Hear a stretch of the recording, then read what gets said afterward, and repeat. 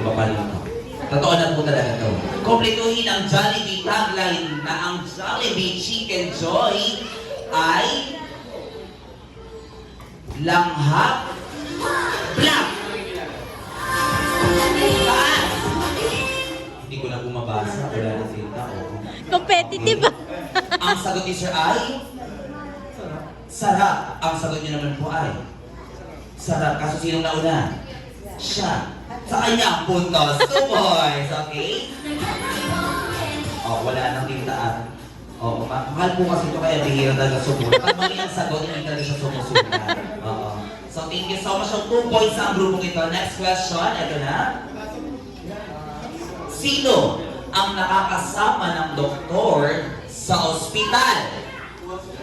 What? Oh, nauna si Ma. At ang sagot niyo po ay? Sorry?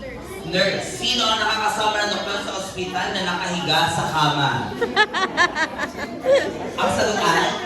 Pasyente. Pero joke lang po yun. The correct question, sino ang nakakasama ng doktor sa ospital? Ang sagot ay? Nurse is correct. 1 point.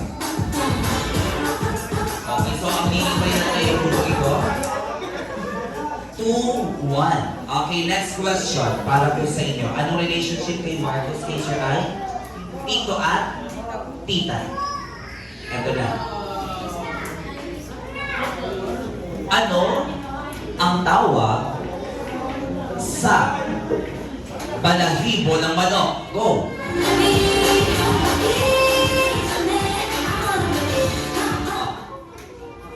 Nawala na sulat si Tito. Ang sagot ni Ma'am ay feather is correct. 2 points. Ay, na tayo. Kayo po ulit.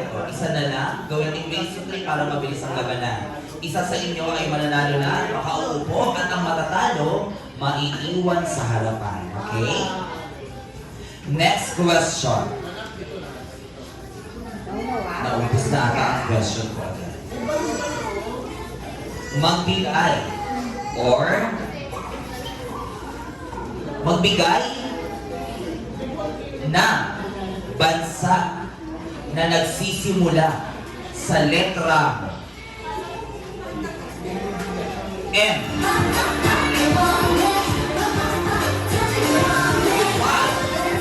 4, 3,